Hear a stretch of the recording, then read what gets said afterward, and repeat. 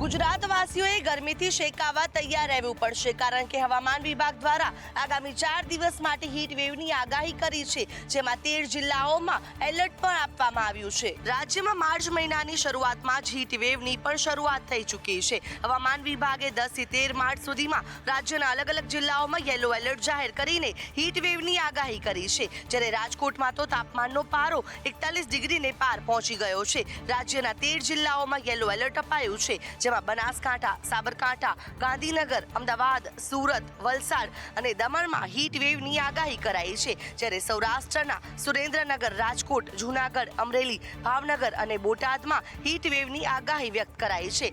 રાજ્યના અનેક જિલ્લાઓમાં તાપમાનનો પારો 40 ડિગ્રીને પાર જાય તેવી શક્યતાઓ સેવાઈ રહી છે, ત્યારે માર્ચ મહિનાના બીજા સપ્તાહની અંદર તાપમાનનું પ્રમાણ વધવાની આગાહી કરાઈ છે। સુરતમાં હીરા ઉદ્યોગમાં છેલ્લા 2 વર્ષથી મંદીના માર વચ્ચે રત્ન કલાકારોની હિંમત હવે તૂટી રહી છે। સરકાર પાસે સહાયની માંગ સાથે પાયમાલ થયેલા રત્ન કલાકારો રસ્તા પર ઉતરશે। સુરતમાં રત્ન કલાકારોની આર્થિક હાલત દિવસે ને દિવસે કથળી રહી છે અને આ મુદ્દે હવે તેમનો ગુસ્સો ફાટી નીકળ્યો છે। આજે સુરત જિલ્લા કલેક્ટર કચેરી ખાતે મોટી સંખ્યામાં રત્ન કલાકારો એકઠા થયા અને સરકાર પાસે તાત્કાલિક આર્થિક સહાયની માંગ કરી। આ વિરોધ પ્રદર્શનમાં રત્ન કલાકારો હાથમાં પ્લે કાર્ડ્સ લઈને પહોંચ્યા હતા, જેમાં અમને ન્યાય આપો, આર્થિક મદદ આપો અને રત્ન કલાકારોને બચાવો જેવા સૂત્રો લખેલા હતા। રત્ન કલાકારોનું કહેવું છે કે જો સરકારે તેમની માંગણીઓ સ્વીકારી નહીં તો તેઓ આગામી 30 માર્ચ 2025ના રોજ હડતાળ પર ઉતરશે। વૈશ્વિક સ્તરે ચમકદમક ધરાવતો હીરા ઉદ્યોગ અત્યારે નાજુક સમયમાંથી પસાર થઈ રહ્યો છે। બેરોજગારી અને આર્થિક તંગીના કારણે રત્ન કલાકારોના આપઘાતમાં ચિંતાજનક વધારો થઈ રહ્યો છે। સસ્તું સોનું આપવાની લાલચે કરોડોની છેતરપિંડી કરનાર ટોળકી ઝડપાઈ છે। પશ્ચિમ કચ્છ પોલીસે આરોપીને ઝડપી કડક કાર્યવાહી હાથ ધરી છે। ભુજના પિતા પુત્રની ત્રિપુટી સહિત 4 શખ્સો વિરુદ્ધ ગુજસીટોક હેઠળ પ્રથમ ગુનો નોંધવામાં આવ્યો છે। આ ટોળકી સોશિયલ મીડિયાના માધ્યમથી દેશભરના લોકોને સસ્તું સોનું આપવાની લાલચ આપી રૂપિયા પડાવતી હતી અને બાદમાં ન તો સોનું આપતી ન તો રૂપિયા પરત કરતી હતી। પશ્ચિમ કચ્છ લોકલ ક્રાઇમ બ્રાન્ચે આ ગુનાહિત સિન્ડિકેટનો પર્દાફાશ કરીને 3 આરોપીઓની ધરપકડ કરી છે, જ્યારે એક આરોપીનો પાલારા જેલમાંથી કબજો મેળવવાની પ્રક્રિયા ચાલુ છે। આ ટોળકીએ અત્યાર સુધીમાં કુલ 5 કરોડ 14 લાખ રૂપિયાની ઠગાઈ આચરી હોવાનું પોલીસ તપાસમાં સામે આવ્યું છે। આ ગુનામાં ઝડપાયેલા મુખ્ય 4 આરોપીઓ સામે અલગ અલગ પોલીસ સ્ટેશનમાં કુલ 19 ગુનાઓ નોંધાયેલા છે। ગોંડલના પૂર્વ ધારાસભ્ય જયરાજસિંહ જાડેજા ફરી એક વખત વિવાદમાં આવ્યા છે। ગોંડલમાં પિતા પુત્રને મારવાના આક્ષેપ બાદ ગુમ થયેલા પુત્રનો મૃતદેહ રાજકોટથી મળી આવતા રહસ્ય ઘેરું બન્યું છે। ગોંડલમાં રહસ્યમય રીતે લાપતા થયેલા યુવકનો મૃતદેહ કુવાડવા પાસેથી મળી આવ્યો છે।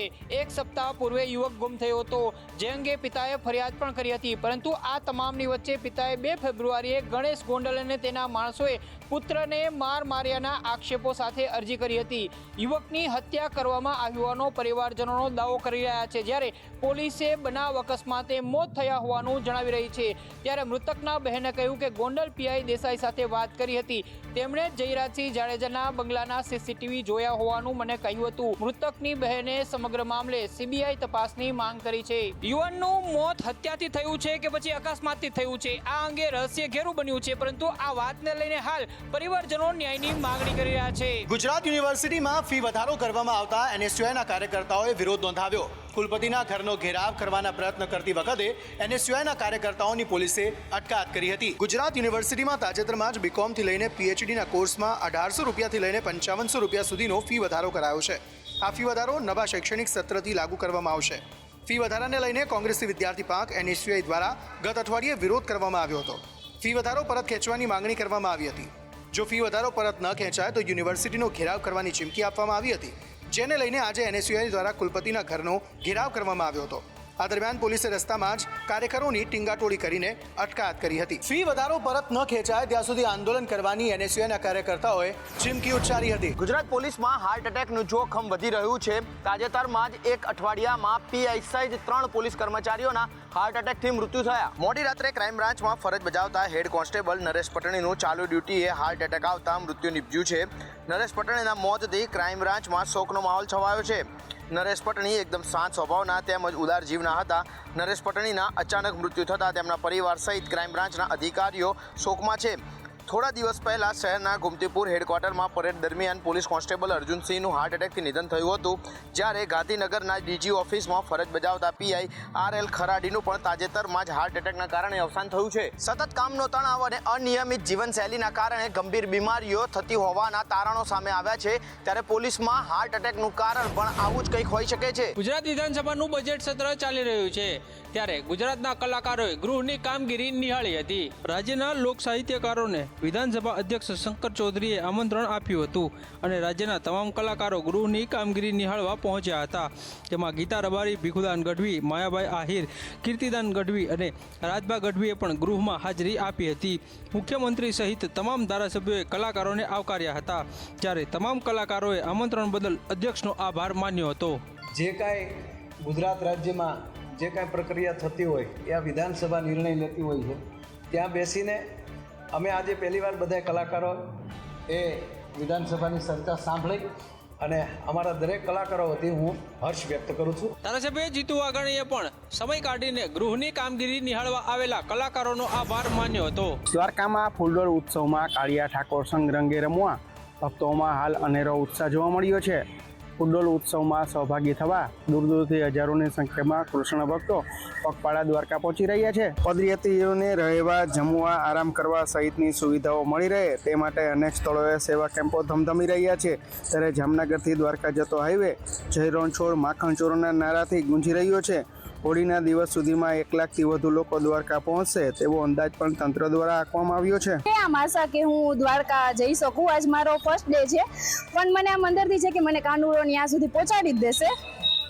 અને અહીંયા બધી સુવિધા છે, જમવાથી લઈ મેડિકલ બધી સુવિધા છે. દેશ વિદેશથી ભક્તો દ્વારકા પહોંચી રહ્યા છે, ત્યારે આવા સમયે વેપારીઓએ કમાવાનો અવસર મળતો હોય છે, પરંતુ આ વખતે તંત્રએ બજારમાં લોકોની અવરજવર પર પ્રતિબંધ મૂકતા વેપારીઓમાં રોષ જોવા મળ્યો છે. સુરત શહેર કોંગ્રેસના ઉપપ્રમુખ દ્વારા સુરત શહેરના ભાજપ પ્રમુખને અભિનંદન આપતી પોસ્ટ મૂક્યા બાદ વિવાદ થતા હવે પોતાનો લુલાવ બચાવ કરવા માટે મેદાનમાં આવ્યા છે. 2 દિવસ પહેલા રાહુલ ગાંધીએ અમદાવાદમાં પોતાના ભાષણમાં કોંગ્રેસમાં રહીને ભાજપ માટે કામ કરતા નેતાઓને આડે હાથ લીધા હતા. આ તમામની વચ્ચે સુરતમાં શહેર કોંગ્રેસના ઉપપ્રમુખની સુરત શહેર ભાજપના નવા બનેલા પ્રમુખને અભિનંદન આપતી પોસ્ટ વાયરલ થઈ હતી. ત્યારબાદ વિવાદ સર્જાયો હતો, જેને લઈને હવે સુરત શહેર કોંગ્रेसના ઉપપ્રमुख अवतेश सिंह આ पोस्ट ने લઈને સ્પષ્ટતા કરી છે. मैं कांग्रेसी हूँ, 40 साल से कांग्रेस के वफादार सैनिक बनकर मैं लोगों की सेवा कर रहा हूँ और करता रहूँगा. અવધેશ સિંહ દ્વારા લૂલો બચાવ કરતા એવું કહેવામાં આવ્યું છે કે મારા ભારતીય જનતા પાર્ટી સાથે દૂર સુધી કોઈ સંબંધ નથી, પરંતુ સોશિયલ મીડિયામાં મૂકેલી પોસ્ટ ઘણું બધું થઈ જાય છે. એક બાજુ શુક્રવારના રોજ ધૂળેટીનું પર્વ છે, તો બીજી બાજુ રમજાન મહિનાની જુમ્માની નમાઝ હોવાને લઈ ભગવા સેનાએ મુખ્યમંત્રીને પત્ર લખ્યો છે. માંગ કરી છે કે ચુસ્ત પોલીસ બંદોબસ્ત ગોઠવવામાં આવે. શુક્રવારે જુમ્માની નમાઝ અને ધૂળેટીનું પર્વને લઈ ભગવા સેનાએ સરકારને જાણ કરી છે. પર્વને સમયે કોઈ પણ અનિચ્છનીય ઘટના ન બને તે લઈને મુખ્યમંત્રીને પત્ર લખવામાં આવ્યો છે. અમદાવાદ, ખેડા, વડોદરા, હિંમતનગર જેવા સંવેદનશીલ વિસ્તારોમાં ખાસ પોલીસ બંદોબસ્ત ગોઠવવા માટે પણ માંગ કરી છે. ભગવા સેના દ્વારા શાંતિપૂર્ણ માહોલમાં પર્વની ઉજવણી થાય તેવી માંગ કરવામાં આવી છે. મુખ્યમંત્રીને લખેલા પત્રમાં ભગવા સેનાએ ઉલ્લેખ કર્યો છે કે જેમને રંગોથી એલર્જી હોય તેઓએ ઘરમાં જ રહેવું જોઈએ તેવી સરકાર નોટિફિકેશન પણ બહાર પાડે.